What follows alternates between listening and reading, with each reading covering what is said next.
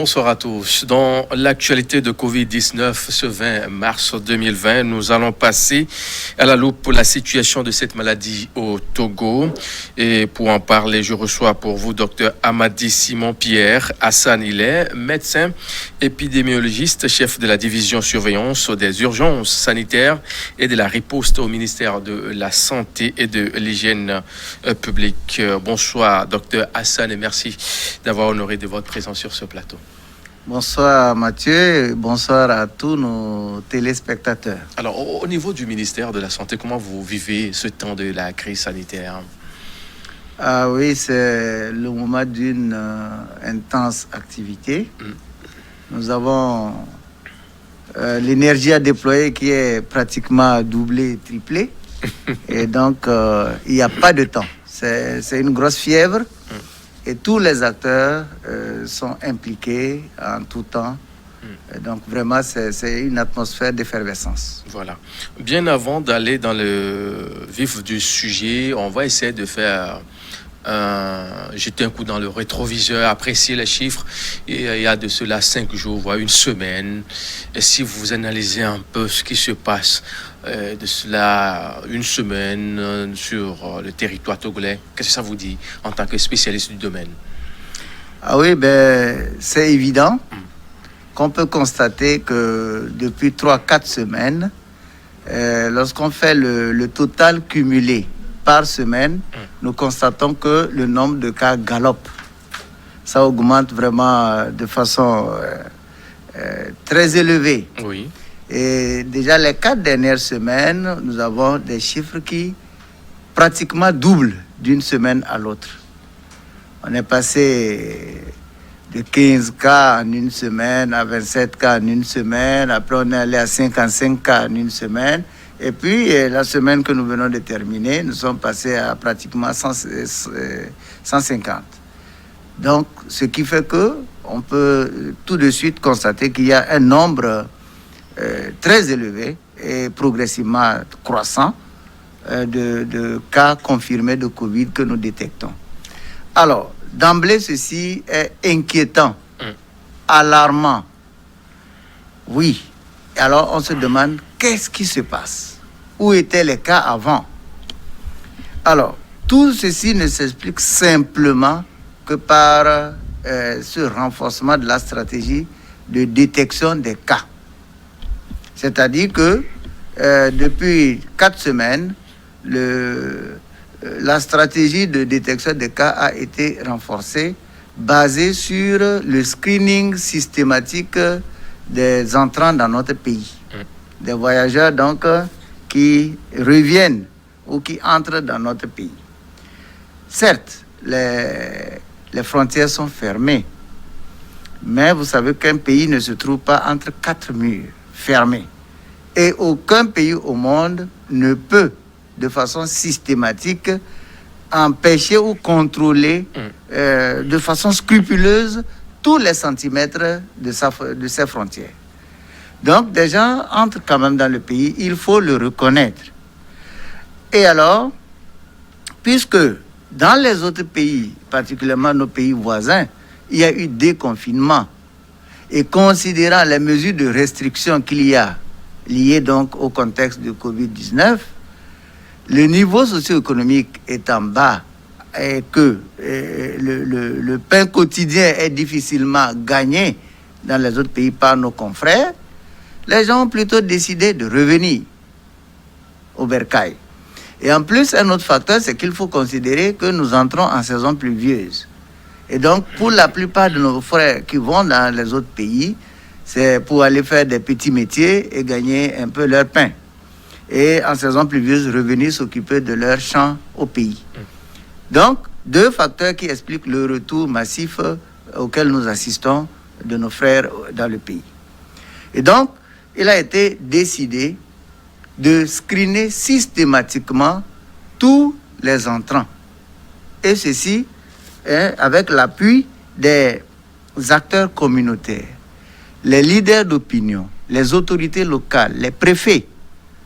Donc, à travers les préfets, les chefs de canton, et puis les chefs de village, les chefs de quartier, qui actionnent aux côtés des acteurs de la santé, les agents de santé communautaire, les relais communautaires, tous ceux qui interviennent dans la santé, qui nous appuient, pour aider à signaler la présence de tout voyageur. Et dès qu'un voyageur est détecté, pour son bien et pour le bien de la famille, de la population, il est tout simplement prélevé, il est suivi, il est mis en confinement. Ce qui fait que du coup, on a des centaines de prélèvements que nous avons par jour. Et donc, élevant donc la probabilité de détecter des cas. Donc c'est d'abord parmi ces voyageurs que nous détectons des cas, mais aussi la procédure après détection d'un cas confirmé, oui, de rechercher tous les contacts, tous ceux qui ont été en contact avec ce cas, sont aussi systématiquement screenés. Donc, ça aussi a été renforcé, et donc ça fait que le nombre de prélèvements a nettement augmenté, le nombre de cas détectés aussi, parallèlement, augmente. Donc, voilà quelques facteurs qui peuvent donc bien expliquer pourquoi les cas augmentent. Alors, mais à côté du fait que c'est inquiétant, ce nombre très galopant de cas confirmés détectés, il faut aussi reconnaître que c'est rassurant. C'est plutôt, oui, c'est rassurant, parce que nous ne permettons pas, le système ne permet pas aux malades venant d'ailleurs de venir infecter notre population. Parce qu'on les détecte rapidement, on les prélève immédiatement, on les isole pour éviter qu'ils contaminent la population. Donc ça, c'est une stratégie qui permet de réduire drastiquement la propagation de la maladie en communauté. Imaginez un seul instant que tous ces cas que nous avons détectés n'étaient pas détectés. Si le système mis en place n'existait pas, s'il n'était pas mis en place ce système de détection systématique, de screening systématique des voyageurs, ce serait la catastrophe totale. Et donc, de ce fait, nous avons donc une charge de travail élevée qui vient d'être augmentée. Et donc, en tout cas, le résultat, c'est de protéger la population. Voilà. Et ça dit que c'est le moment du pic? On ne peut le dire. On ne peut le dire. Mais jusqu'à ce que les flux des voyageurs baissent et jusqu'à ce que le screening total autour de tous les cas confirmés soit fait, on pourra peut-être assister à une chute de la courbe. Seulement, c'est un virus mal connu, sinon insuffisamment connu. La maladie n'est pas maîtrisée. Même les pays les plus puissants de ce monde ont baissé la tête. Et donc, il y a des modèles, il y a des modélisations qui sont faites pour prévoir le pic d'ici 2-3 mois, d'ici 6 mois, d'ici 9 mois, mais sur la base d'un certain nombre de critères. Alors, on ne peut pas encore crier pic, on ne peut pas aussi dire victoire. Donc, on attend. Alors, quand on sait que les autres pays ont déconfiné, comme vous l'avez souligné, et le Togo garde toujours ses frontières, tout ça là fermé, est-ce qu'on n'est pas tenté de dire que nous, on n'est que des receveurs? Non.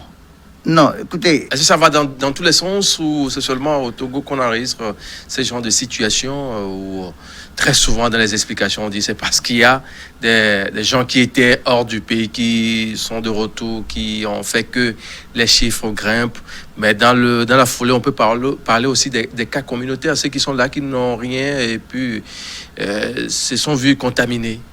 Oui. D'abord il faut qu'on précise un peu ce que nous appelons cas communautaire, hein. Un cas communautaire est un cas pour lequel les investigations n'ont pas permis de retrouver le cas confirmé qu'il a contaminé. Oui. D'accord? Mais ceci ne veut pas dire que c'est une dissémination systématique dans la communauté. C'est tout simplement un jargon pour dire nous n'avons pas retrouvé, après investigation, celui qui l'a contaminé. Mais ceci peut arriver. Et imaginez quelqu'un, par exemple, vous êtes journaliste. Si vous êtes ici, vous recevez des gens sans mesure barrière.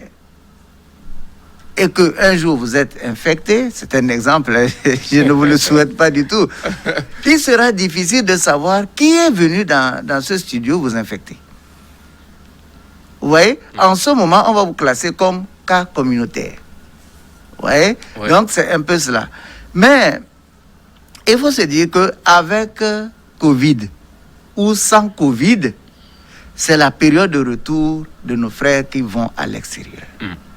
L'exode rural est caractérisé par des mouvements, des moments de pic. C'est le moment de leur retour pour préparer les champs et puis entamer les saisons pluvieuses. Maintenant, c'est alors le déconfinement des autres pays qui est donc cette conséquence.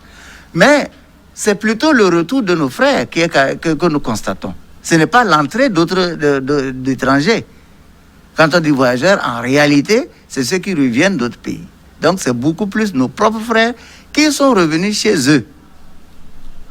Ouais. Donc, on ne peut pas dire que nous sommes des receveurs comme si des gens sont en train de fuir leur pays pour venir se cacher au Togo. Alors, quand on sait que les marchés n'ont pas été fermés, demeurent toujours ouverts, on a des gens qui quittent le Ghana pour venir à Lomé, à Daolato, ou à Badaron ou d'autres marchés dans les localités, différentes localités du pays, également du côté du Bénin, ça va dans tous les sens. Est-ce qu'on n'est pas tenté de dire que on est très loin de stopper cette chaîne-là de cette maladie à coronavirus au Togo? Un des facteurs principaux pour réussir cette lutte-là, c'est la discipline de la population. C'est la discipline, le respect, l'observation rigoureuse des mesures barrières. C'est là la question. Et c'est pourquoi nous devons intensifier la sensibilisation. C'est ça votre rôle, c'est ce que vous faites. Oui.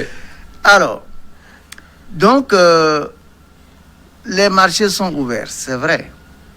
Et comme j'ai l'habitude de le dire, le gouvernement fait attention pour faire l'équilibre entre les mesures de riposte et puis la survie de la population. Il faut sauver les intérêts de la population. Il faut faire attention. Donc, on ne peut pas... On fait attention à tout ça et on dit, bon, menez quand même les activités parce que c'est vital pour la population. Si on ferme tout, Covid ne tuera pas, mais c'est autre chose qui va tuer. C'est la fin. C'est ça. Donc, voilà pourquoi on est obligé de garder les marchés dans ce sens, tout en maintenant les mesures barrières. Donc, encore une fois, si les mouvements de les populations qui vont vers les marchés, les vendeurs et les clients respectent les mesures barrières, je crois qu'on pourrait gagner la lutte. Il y a eu une information, il y a de cela 24 heures qui fait toller sur la toile, une revendeuse d'un des mets les plus prisés au Togo qui s'est fait contaminer. Est-ce qu'on peut dire vraiment que les gestes barrières ont été observés? Vous êtes d'accord avec moi que dans les marchés aujourd'hui, il y a d'autres quand même qui portent les masques, qui gardent quand même la distance, mais il y a toujours ce problème-là. Il y a aussi les débits de boissons, que ce soit local ou boissons modernes, ce que nous prenons souvent dans les bars. Tout à fait, c'est ça. C'est ce que je disais, c'est la discipline. C'est la discipline. Si vous êtes exposé, vous êtes en position exposée, tous les vendeurs, les revendeuses, tous les commerçants reçoivent des centaines de personnes par jour. Et parmi les centaines de personnes par jour, il y a un grand risque d'avoir quelqu'un infecté. Sachant que cette maladie-là peut infecter, enfin, un cas asymptomatique, un malade, mais qui ne présente aucun signe, mais qui est positif au virus, qui est porteur du virus, peut contaminer, il peut venir. Si la dame n'a pas porté de bavette, si la dame ne pratique pas le lavage systématique des mains, si elle ne met pas ses clients à 1 mètre d'elle, si elle ne réclame pas le port systématique de masque, le lavage des mains par les clients. Le marché en Afrique, c'est autre chose. Hein? Quoi qu'on dira, le marché en Afrique, on sait ce que c'est. Hein? Oui, mais il ne faut pas chercher l'argent et vendre sa santé. C'est ça le problème. Nous avons vu. Vous voyez, moi, je suis allé dans une boutique et puis, j'ai voulu dépasser et entrer dans la salle, mais rapidement, quelqu'un m'a dit non, allez vous laver les mains. Il dit, ça c'est très bien. J'ai juste voulu voir si vous étiez aux aguets.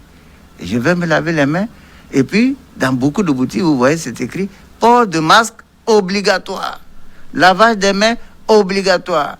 Et quand vous entrez devant le comptoir, il y a un fil rouge qui vous dit, attention, vous ne dépassez pas cet espace. Alors, on peut dire que ici c'est pour des niveaux élevés, mais on le voit aussi dans des petits étalages. J'ai connu un petit étalage où la dame a mis un banc. Elle a placé un banc devant elle. Quand tu viens, tu t'arrêtes là avant de lui parler et puis elle te vend ce qu'il faut. Donc, je crois que chacun doit jouer son rôle. Chacun doit jouer sa partition dans cette lutte. Où qu'on soit, qui qu'on soit. Donc, si ceux qui vont dans les marchés le font, s'ils appliquent les mesures barrières, nous avons beaucoup de chances de pouvoir donc vaincre cette épidémie.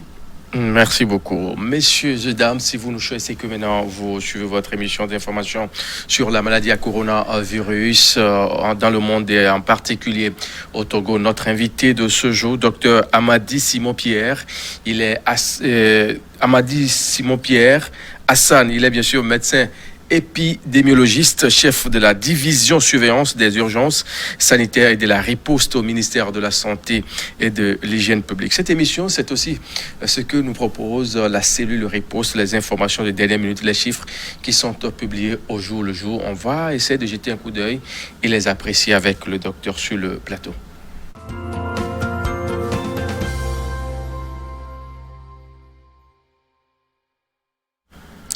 À la date, bien sûr, du 19 mai 2020, la situation au Togo, il faut noter que nous avons 219 cas actifs, 107 cas guéris, 12 décès, 333 cas confirmés au total, 13 038, voilà, 338 cas confirmés. Au total, il y a 13 825 nombre total de tests effectués au Togo. Un petit détail sur les chiffres. 8 des 373 personnes testées sont positives, portant le nombre total de cas positifs à 338. Ces 8 personnes dont l'âge est compris entre 22 et 69 ans se repartissent comme suit. 2 cas parmi les contacts, un homme dans le district 5 de Lomé et un homme à Kounioou dans le district d'Akebu. Un cas parmi les voyageurs, un homme à Gando dans le district d'Oti Sud. 5 cas parmi les suspects, une femme à Kounioou dans le district d'Akebu. Une femme et un homme dans le district 2 à Lomé. Une femme dans le district 3 à Lomé et un homme dans le district 5 à Lomé. Un nouveau guéri a été enregistré, portant à 107 le nombre total de patients guéris de Covid-19 au Togo. Docteur, c'est un peu ça, hein, le tableau que présente le Togo dans le cadre de la riposte de la maladie à coronavirus. Ah oui, voilà, c'est ça le tableau. C'est les décomptes selon les informations que nous recevons tous les jours. Vous savez que chaque jour, tous les centres de santé remontent leurs informations au district, à la direction préfectorale de la santé. Et la direction préfectorale de la santé remonte les informations aux directions régionales. Oui. Et les directions régionales font la compilation pour remonter les données au niveau central, au niveau du ministère de la Santé. Et donc, où on fait les analyses, d'accord, c'est vrai qu'à chaque niveau, on fait des analyses. Donc, voilà ce que ce système de rapportage nous donne comme information. Mais, particulièrement au Covid, tous les prélèvements sont convoyés à l'Institut national d'hygiène, qui est donc le laboratoire national de référence pour les maladies à potentiel épidémique. Donc, nous suspectons des cas, nous les prélevons, nous amenons, et voilà le nombre de cas confirmés qui est donc de 338. Et parmi lesquels, malheureusement, il y a eu 12 décès. Oui. 12 décès. Maintenant, ce qui est bien, c'est qu'on a 107 quand même qui sont déjà guéris. D'accord? C'est-à-dire qu'on a recherché, après traitement, on a recherché le virus dans leur organisme, on n'a pas retrouvé. Donc, sans s'être guéri, c'est déjà une bonne chose. Signe pour dire que le dispositif qui est mis en place dans le pays, il fonctionne. Il fonctionne dans le domaine de la détection, il fonctionne dans le domaine de la confirmation au laboratoire, il fonctionne dans le domaine de la prise en charge. Donc, le domaine du traitement. Donc, ça marche. Et nous pouvons dire, bon, voilà, en rapport avec ce qui s'est passé ailleurs, nous pouvons dire relativement que ce n'est pas grandement mauvais. C'est vrai qu'un décès, c'est déjà trop, mais en rapport avec ce que nous avons entendu ailleurs, ce que nous avons vu et voyons, le Togo peut se dire, pour le moment, nous ne sommes pas dans la pire des situations. Est-ce que vous dites que ça va beaucoup mieux, hein? Oui, ça va beaucoup mieux, mais justement, ça va beaucoup mieux veut dire quoi? Que nous devons faire tout pour arrêter ça ici. Nous devons mettre tout en œuvre pour arrêter cette épidémie-là. Et comment le faire? C'est d'éviter d'attraper la maladie. Il y a une question qui revient très souvent, c'est-à-dire l'efficacité ou bien la fiabilité des tests que vous faites là. Est-ce qu'ils sont vraiment des tests de qualité? Parce qu'on a eu, entre-temps, avec le Madagascar, assisté à des développements de l'actualité concernant bien sûr la maladie à coronavirus. On se dit, mais c'est pas peut-être ça qui se passe également au Togo avec les chiffres qu'on enregistre au jour le jour là. Ouais. On se dit, mais c'est pas un peu trop? Non, ben écoutez, le test biologique que le Togo utilise est un test de qualité, un test fiable. Et c'est le test homologué et recommandé par l'Organisation mondiale de la santé. Et d'ailleurs, tous les partenaires en surveillance ont recommandé ce test-là qui est la PCR. C'est-à-dire qui permet d'aller rechercher un élément du virus dans les prélèvements. Donc, dès que la PCR dit c'est positif, c'est que c'est positif. D'accord? Et il y a peu de chances que le test dise c'est négatif alors que vous êtes vraiment positif. Alors, à côté de cette PCR, il y a d'autres techniques, encore même moins chères. D'accord? Il faut des diagnostics rapides et tout ça que d'autres pays pratiquent, mais qui posent beaucoup de problèmes dans l'interprétation des résultats.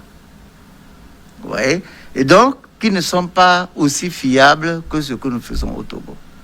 Donc, en comparant le système de confirmation biologique du Togo aux autres, nous sommes les meilleurs. Nous sommes les meilleurs. En tout cas, nous faisons partie des meilleurs et je crois que ça a été déjà dit sur plusieurs antennes, que plusieurs organisations ont apprécié le dispositif mis en place dans notre pays. Si vous êtes demandé de comparer le travail qui se fait au Togo à d'autres pays de la sous-région, au niveau des chiffres, c'est là. Quel est ce commentaire que nous pouvons avoir facilement de votre part? C'est faisable. Vous voyez, par exemple... On va prendre les pays limitrophes du pays...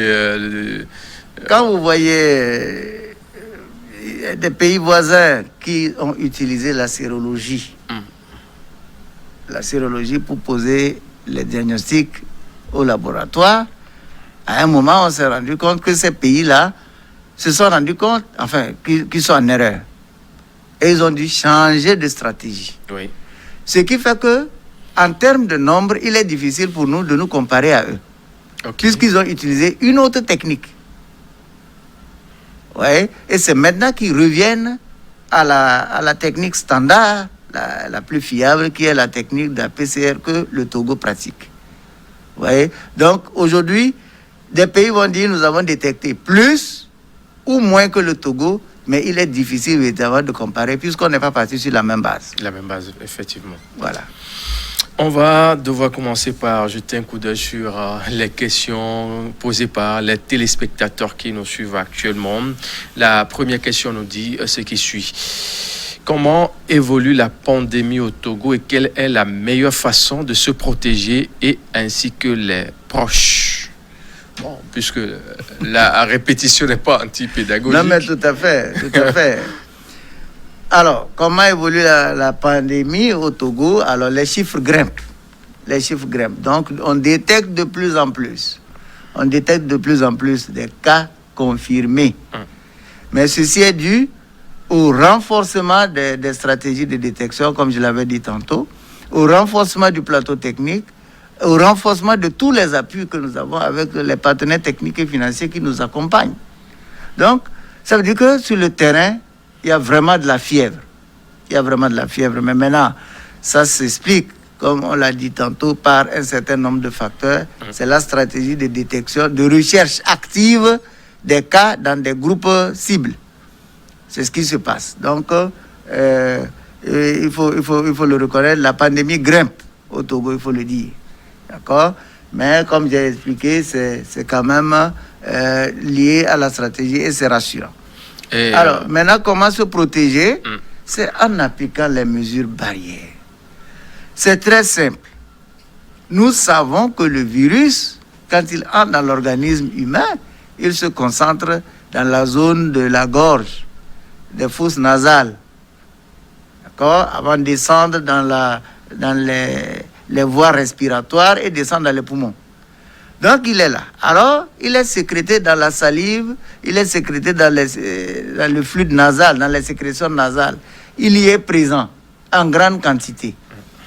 Et c'est la seule voie, la voie principale de contamination d'une personne malade à une personne bien portante. Alors, si je peux par un moyen ou par un autre éviter d'entrer en contact ou bien que les sécrétions de l'autre me touchent, je suis protégé. Si je peux, par un moyen ou par un autre, bloquer mes sécrétions en moi pour que ça ne se projette pas sur autrui, je protège l'autre. Donc voilà les deux principes. Et donc pour le faire, c'est porter le masque.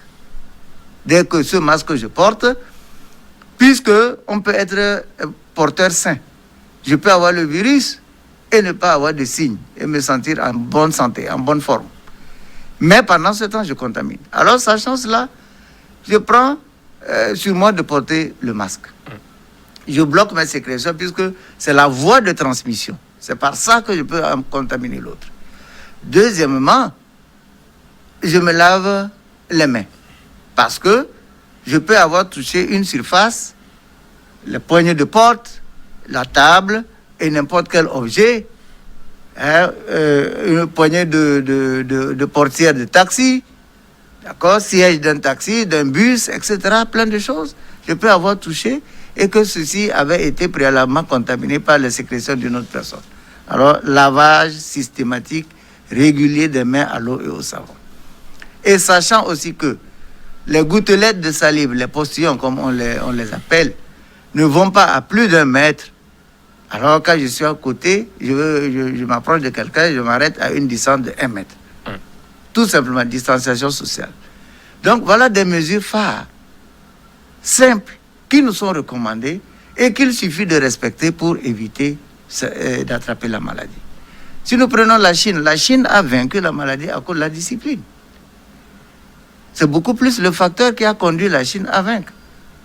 Ouais. Donc, pour dire que nous avons, à reconnaître que le mal est réel, 2, appliquer scrupuleusement les mesures barrières qui nous sont préconisées, et puis nous attendons. Et avec ça, je crois que nous pouvons stopper cette épidémie-là.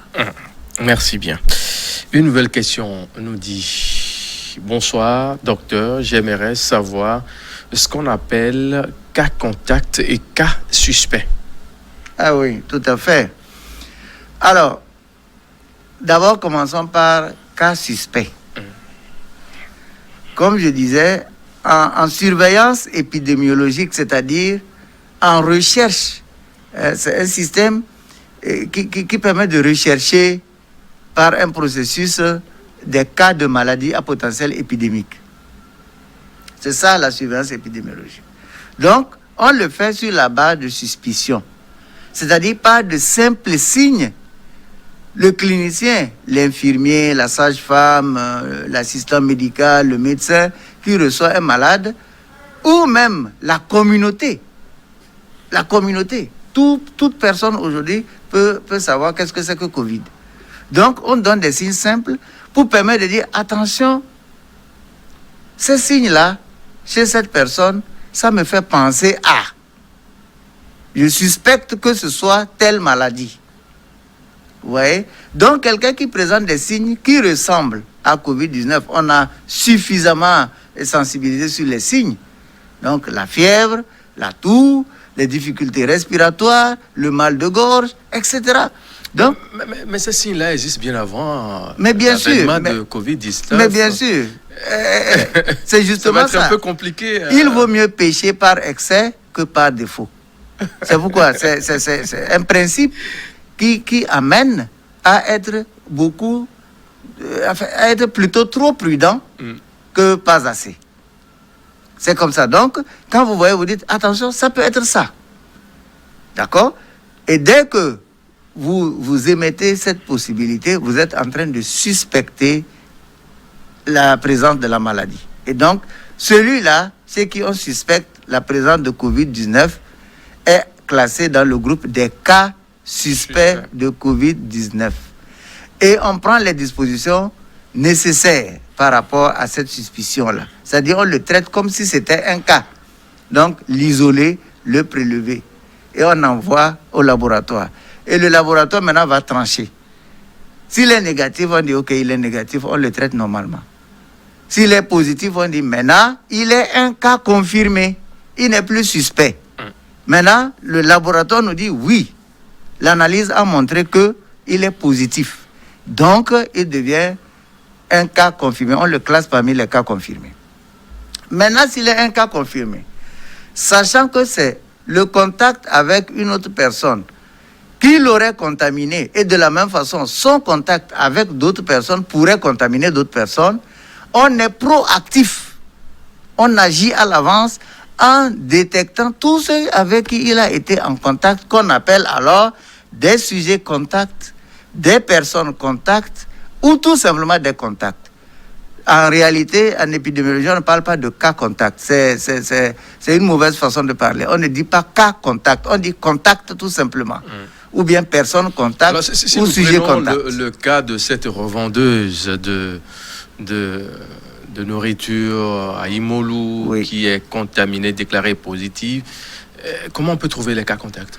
Oui, d'abord. Ça va être très délicat, hein, c'est tout le village peut-être ou bien la localité. C'est hein. possible. C'est possible. On est peut-être en face du cas de Couvon, ça. Hein? Voilà. Donc, c'est une situation pareille où on a considéré tout le village comme étant contact.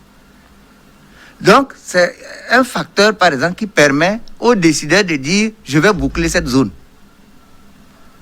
Ouais. Si on estime que le nombre de contacts a été élevé, qu'on ne maîtrise pas, alors là, il faut boucler la zone pour éviter les mouvements, le temps de clarifier la situation.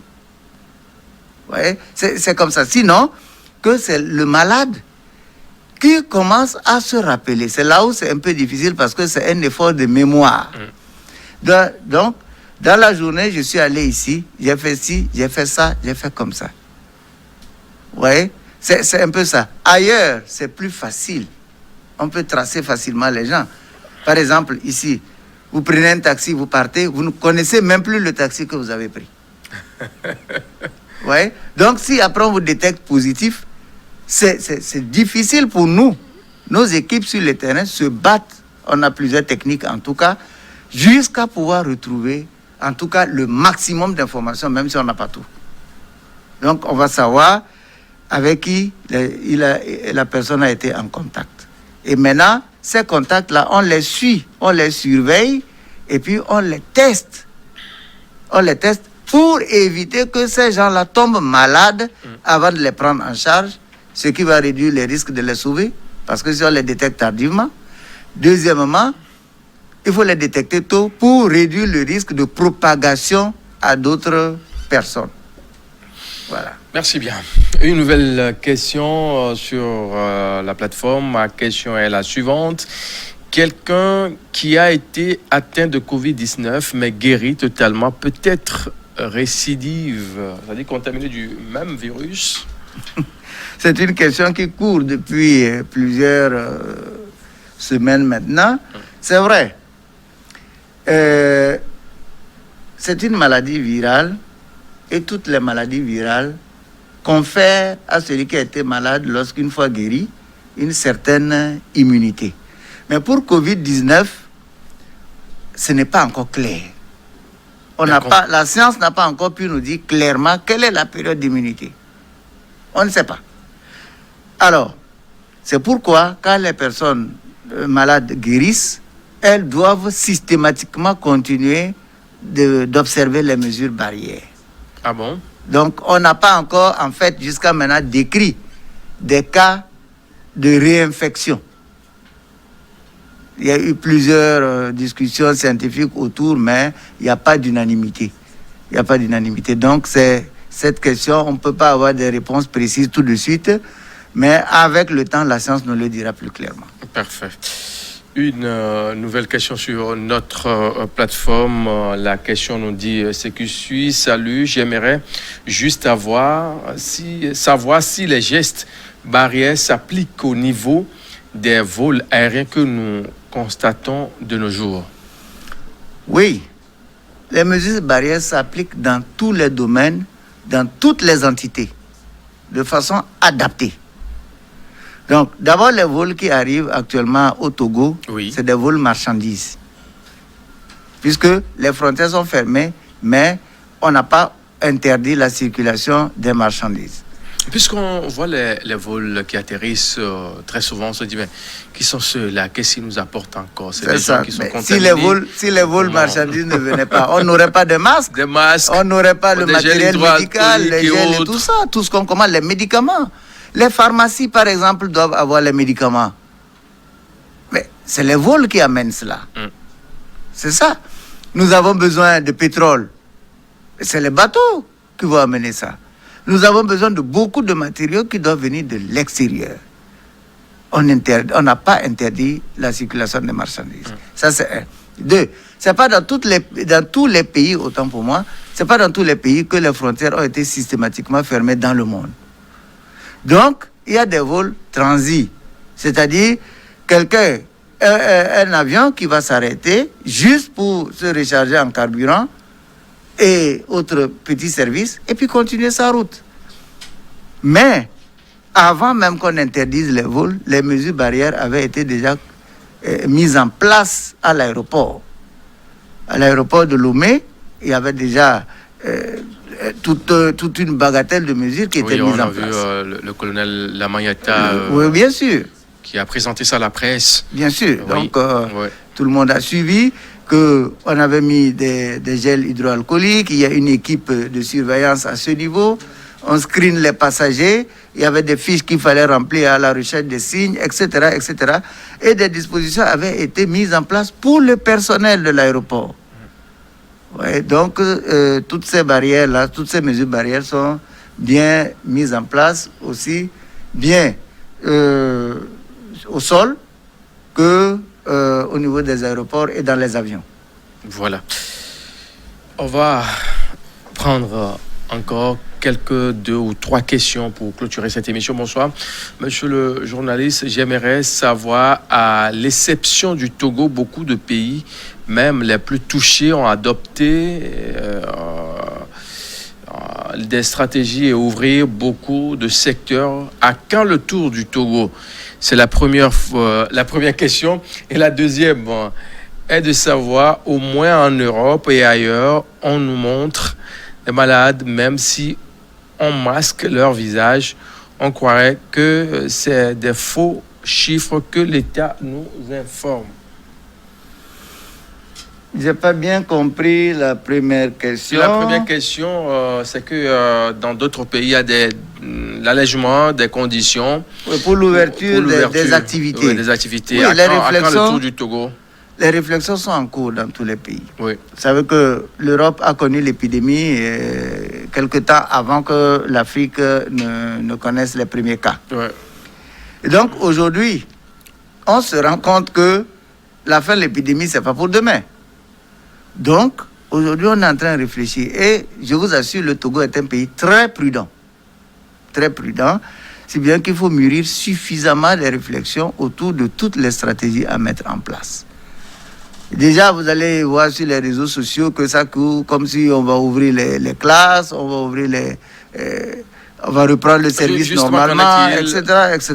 Justement, pour les classes là, qu'en est-il justement? Mais c'est pour dire tout simplement que des réflexions sont en cours. Hein? Des réflexions sont en cours pour voir comment reprendre toutes les activités dans ce contexte épidémique, tout en minimisant le risque pour éviter donc de propager la maladie. Donc, des réflexions sont en cours.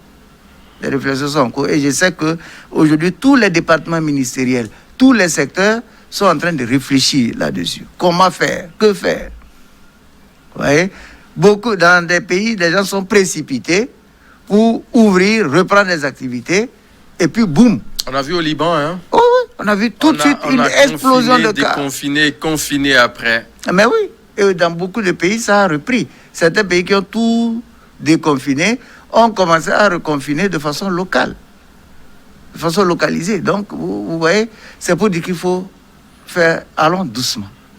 Étape par étape. Étape par étape. Nos pays voisins, on a des pays voisins, on a l'exemple des pays voisins qui ont déconfiné et tout de suite, qui se sont retrouvés avec un nombre très élevé de cas. Donc, alors, il faut faire attention. Le deuxième volet de sa question, c'est par rapport à ces gens-là qui sont guéris de la maladie à coronavirus, qu'on ne fait pas voir peut-être sur Niveau Télé, mais sur d'autres chaînes, on les voit. Oui, hein. Oui, ils sont passés sur d'autres chaînes. Sur TVT, on a vu, on a vu plusieurs qui sont venus témoigner. Pense que là, il n'y a pas vraiment de souci à se faire pour le compte de ce point. On prend encore une question pour clôturer cette maladie. La question nous dit, supposons que le Togo découvre un remède, il faut d'abord attendre l'attestation de l'OMS. Allusion faite, bien sûr, Covid. Attestation de l'OMS, c'est pour obtenir ce qu'on appelle l'autorisation de mise sur le marché. Et l'autorisation de mise sur le marché, pour l'avoir, il y a plusieurs étapes à suivre pour y arriver, pour que le médicament soit commercialisé partout. Mais si le Togo découvre un remède naturellement qui doit se conformer aux principes mis en place lorsqu'on découvre un médicament avant de le vulgariser, il faut que le Togo soit rassuré que ce médicament, il est bénéfique parce qu'il tue le virus, il permet de guérir, et il faut être sûr qu'il n'est pas nocif, qu'il ne crée pas d'autres dégâts. Parce qu'il ne faut pas vouloir guérir une maladie et en créer une autre. Donc, on a des experts quand même dans ce pays, on a un comité scientifique, on a un comité de chercheurs à l'université. Si localement, comme Madagascar l'a fait, si on trouve que c'est une bonne chose, c'est localement. Donc, on pourra le prendre à notre niveau en attendant que les autres prennent, oui ou non. Il y a certaines indiscrétions qui nous parviennent qui disent que le Togo veut essayer le produit malgache. Êtes-vous en contact de ces nouvelles-là ou c'est juste des informations qui ne sont pas bien sûr fondées? C'est pas fondé parce que moi je n'ai pas cette information. Je n'ai pas cette information. Je suis un acteur. Oui, vous venez du ministère. On veut avoir le bien-être. C'est pourquoi normalement, je vous repose la question. On devrait avoir l'information. Je n'ai pas cette information. Oui. Ouais. Alors, est-ce que le miracle peut venir du Togo en matière de ces produits-là qui peut bien sûr en faire? Tout est possible. Je vous assure que le Togolais est très intelligent. Le Togolais est très intelligent. Et l'organisation mise en place aujourd'hui au Togo avec un comité national de crise à côté donc de tout ce qui se passe au ministère de la Santé. Et donc, il y a le comité national de crise présidé par le chef de l'État lui-même. Oui. Un comité national de gestion de la riposte présidé par le professeur colonel Djibril. D'accord? Il y a un comité scientifique. Il y a un comité de chercheurs. Donc, toute cette organisation-là travaille. Et je vous assure, l'implication même des tradithérapeutes, le fait de faire de ces comités des comités intersectoriels multidisciplinaires, quelque chose peut germer. Rappelez-vous qu'il y a déjà des respirateurs qui ont été fabriqués, des distributeurs de gel qui ont été fabriqués localement. Localement, ça veut dire que nous avons du génie. Nous avons du génie. Oui. C'est possible. Donc, ça peut arriver. Ok. On va prendre la toute dernière question, bien sûr, de cette émission de ce jour. Salut le plateau. Merci pour l'émission. Ma question est celle-ci. En mangeant dans le même plat avec quelqu'un qui a déjà contracté la maladie sans le savoir, l'on peut être aussi contaminé à la maladie de Covid-19? Tout à fait. C'est bien possible. C'est bien possible parce que en mangeant, il y a sécrétion de salive. Est-ce que vous mangez sans parler? D'accord? Et est-ce que vous mangez à 1 mètre de distance? Vous voyez? Est-ce que vous mangez en mettant un masque? Donc, il n'y a pas de mesure barrière à ce moment-là. Ouais, donc, c'est bien possible. C'est bien possible. Et c'est ça même le danger. Parce que en famille ou en ami, on s'estime souvent bien portant. Oui, alors, c'est ma famille, il n'y a pas de problème. Il n'y a pas de problème. Alors que quelqu'un peut être sorti de la maison, aller prendre l'infection quelque part, il revient à la maison. Surtout qu'en Afrique, la famille est sacrée. C'est ça, vous voyez, donc c'est... On ne veut pas se comporter d'une façon différente, il faut qu'il y ait l'inclusion, tout. C'est ça, donc il faut respecter les mesures barrières. Docteur Hassan, c'est déjà la fin de l'émission. Voilà, alors, mon mot serait de recommander encore une fois très fortement toute la population à respecter les mesures barrières. Nous n'avons pas d'autre arme. C'est l'arme la plus puissante. C'est de respecter les mesures barrières, de ne pas lésiner là-dessus, de ne pas jouer, de ne pas croire que c'est un faux problème et que je peux faire ce que je veux. Vous voyez? Prenez l'exemple du pasteur qui passe sur les réseaux sociaux, le pasteur camerounais, qui n'a pas cru en la maladie et qui a demandé à ses fidèles qui sont malades de venir, il va prier pour eux. Mais après, il est mort. Il est mort, donc il ne faut pas qu'on joue avec cette maladie. Merci beaucoup à vous, docteur Amadi Simon-Pierre Hassan. Je rappelle que vous êtes bien sûr médecin épidémiologiste, chef de la division surveillance des urgences sanitaires et de la riposte au ministère de la Santé et de l'Hygiène publique. Bon retour chez vous. Merci Gilles et merci à tous nos auditeurs. Merci beaucoup et très bonne suite de nos programmes à vous tous. Au revoir.